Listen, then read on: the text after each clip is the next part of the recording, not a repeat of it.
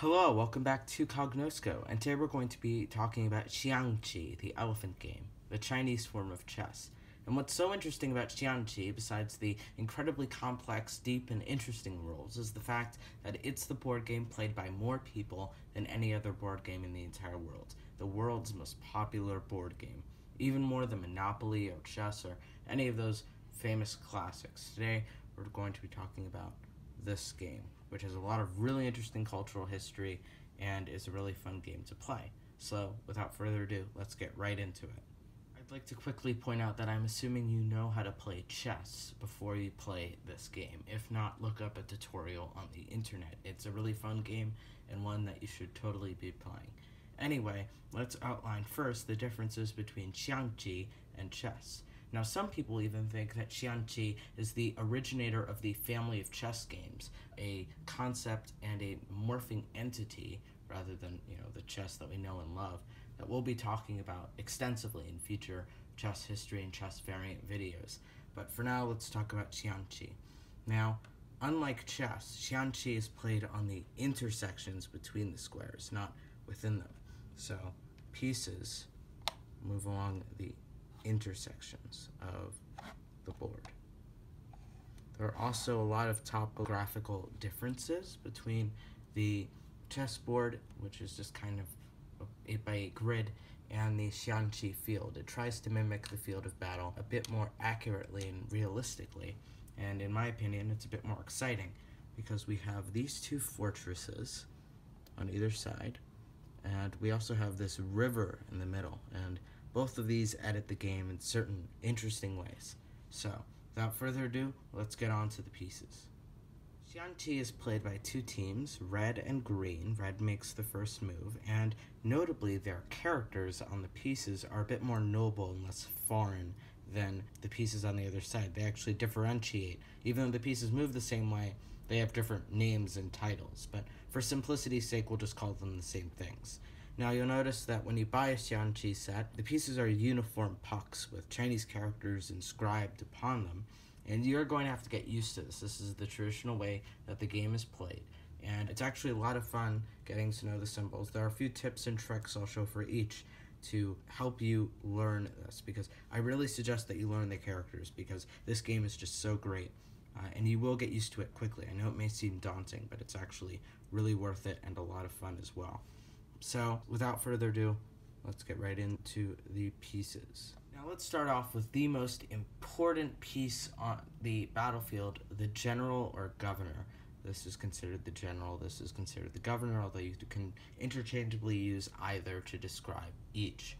Now, you may be wondering, unlike chess, why isn't there a royal figure on the battlefield? Why isn't there a king or emperor specifically? Because the ancient Chinese emperors didn't like the concept of being played around in a mere board game and kill on the board. Again, the aim of the game, just like in chess, is to checkmate or capture your opponent's general or governor. And they didn't like that concept, so they actually started beheading anyone who used the character emperor. So they modified it so that they could keep their heads and enjoy this game. And actually, historically, up until recently, they actually didn't use different colored paint on the Xiangqi pieces, and when they did, it was just kind of an extra assurance to tell the different sides. They usually could by just remembering the different characters on each side, because every single piece is different, as you'll see later. So, on to the movement. Now, the governor or general has a very simple movement. One space orthogonally within this 3x3 fortress. So he is confined to this fortress for the entirety of the game. And this makes it really interesting because you kind of have to invade the fortress, and it pre-castles the king, and it leaves him unguarded in the center, so you really have to watch out. So he stays here, and he stays here. And the trouble is, there's also one other thing. The generals can never directly have a line of sight that faces each other. They can't not be obstructed by a sample piece, so this would have to be in the way. You couldn't move this, or else this would technically be check, and it is said that the generals could perform a flying strike and capture the opponent general. So that makes it impossible for them to face each other. So technically, you can bar your opponent's movements by using your generals strategically, and then checkmate them later on, as we'll see later This would be a sample checkmate because this is a rook, and the king can't move here, and he can't move here, so it's a checkmate. So that's pretty interesting. So that's the governor and the general. Next up, we have these guys, the Shi, as they're called, and they're kind of these intellectuals that reside with the governor or general in his palace, and their job is just to kind of protect him, and they're also confined to the palace, so they can't leave it, but they can only move one space diagonally. That's their movement, one space diagonally. And you'll notice on the red pieces there's one line, and on the green pieces there isn't. It denominates a form of nobility over the green pieces, because again, we're kind of supposed to be subliminally rooting for the red pieces. They're the noble Chinese, and green pieces are subliminally supposed to be foreigners. But anyway, these are the two pieces, and the diagonal lines in the fortress are just to designate the fortress and to designate the movement. We have to imagine diagonal lines for the rest of the board, so it doesn't really actually add anything to the game, unlike the Korean form of chess, Xiangqi, which we'll talk about in a future video. So that's the Shi, or advisors, intellectuals, guards, whatever you want to call them. Next up, the elephants. So on one side they're the advisors, and on the other side they're the elephants, but we'll just call them elephants for the sake of clarity on both sides. So you can see this looks a lot more like an elephant than that does, but we'll just call them elephants for the sake of clarity, because these are already advisors of some kind. And these have a very simple move. They just move two spaces diagonally, like the Shatranj Alfil, which we'll talk about again in a future video. This is the classic elephant's move, the predecessor of the bishop, and it's a very weak piece. It can only move to just a few squares on the entire board, because this is called the river, and pieces can kind of just cross over it. We just imagine the lines are there, but the elephant is the only piece on the board that's too heavy. It can't cross the river, so it can't go here. It cannot move across. It's a defensive piece. So they're kind of in tandem with each other symmetrically, and they defend the governor or the general further. And they are blocked if there isn't any kind of piece in between. They don't jump. No piece in Xiangqi jumps, unlike in chess, so they can't move through this ma, which we'll talk about later, to get to this square. They can move here. So in this instance, if we had a situation like this elephant could not move anywhere. So it's been blocked. All right, next up we have a familiar piece from chess with only a slight alteration. Finally, the ma, or horseman, and this is kind of really easy to tell because it looks like a horse with the 4 feet, the mane and the tail looks like a horse. And the ma, its movement is exactly like the movement of the knight in chess. One space forward, one space diagonally. In Xiangqi, we have to remember this rule, whereas in chess, it's 2 spaces forward and 1 space over. In Xiangqi, it's 1 space forward, 1 space diagonally forward. This goes in any direction, so like that, just like the knight in chess. But 1 space forward, 1 space diagonally. Why do we have to make this differentiation, you may ask? Because unlike in chess, this can be blocked. But it can only be blocked on the orthogonal move. So here, this ma is not blocked or impeded by this piece. But if the piece were here, it could not jump over. It's blocked on the first orthogonal move, not the second diagonal one. So that means that, unlike in chess, it can be blocked. It doesn't jump. That's the one difference in Xiangqi from chess in terms of the cavalry.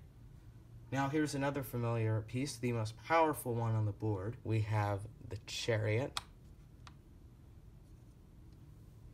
that flanks out the sides here. And the Chariot just moves like your standard rook. Any amount of spaces, any distance orthogonally, unimpeded by friendly or enemy pieces. If you capture a piece, you must stop, just like in chess. When in doubt, just assume standard chess rules apply. And next up, we're just going to be talking about the foot soldiers. Now, unlike in chess, there are only 5 pawns. I guess these are analogous to pawns. See? So, we have 5 on this side, and we have 5 on this side. And again, the characters differentiate nobility. These characters are noticeably more noble. They're kind of soldiers, and these are more mercenaries, but we'll call them soldiers on either side for the sake of simplicity. And these have a very, very simple movement. They just move 1 space forward, and that's how they capture. Unlike in chess, there isn't any diagonal capture.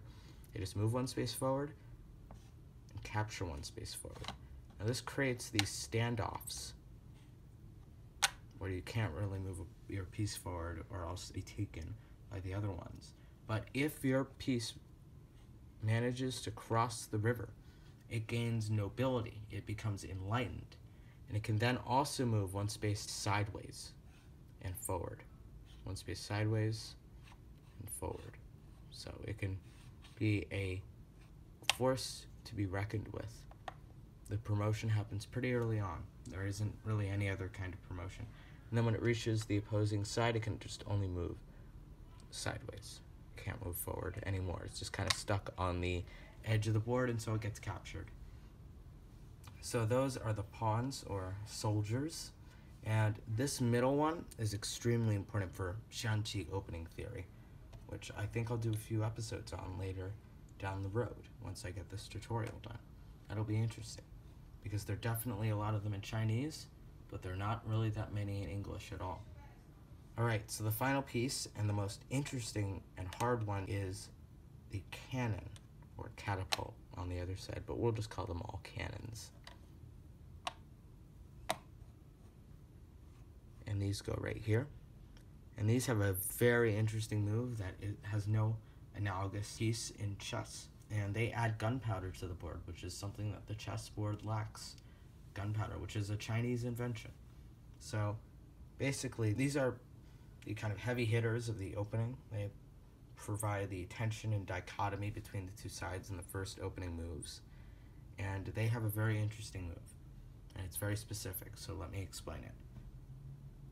They can move like a rook. Any amount of space is unimpeded orthogonally, but they cannot capture this way. So they can't go and capture the other cannon in this case. They have a very specific capture called the shot. So they shoot at other pieces, which makes a lot of sense, you know, they're cannons. But they have to have exactly 1 friendly or enemy screen piece in front of them. Just 1 piece. So they jump and capture. Just exactly 1 piece. There needs to be 1 piece in between. So it's like setting up the cannon and then firing. So that's how it works.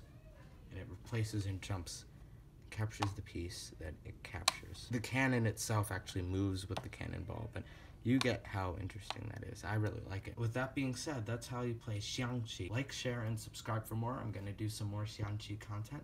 I hope you enjoyed this video.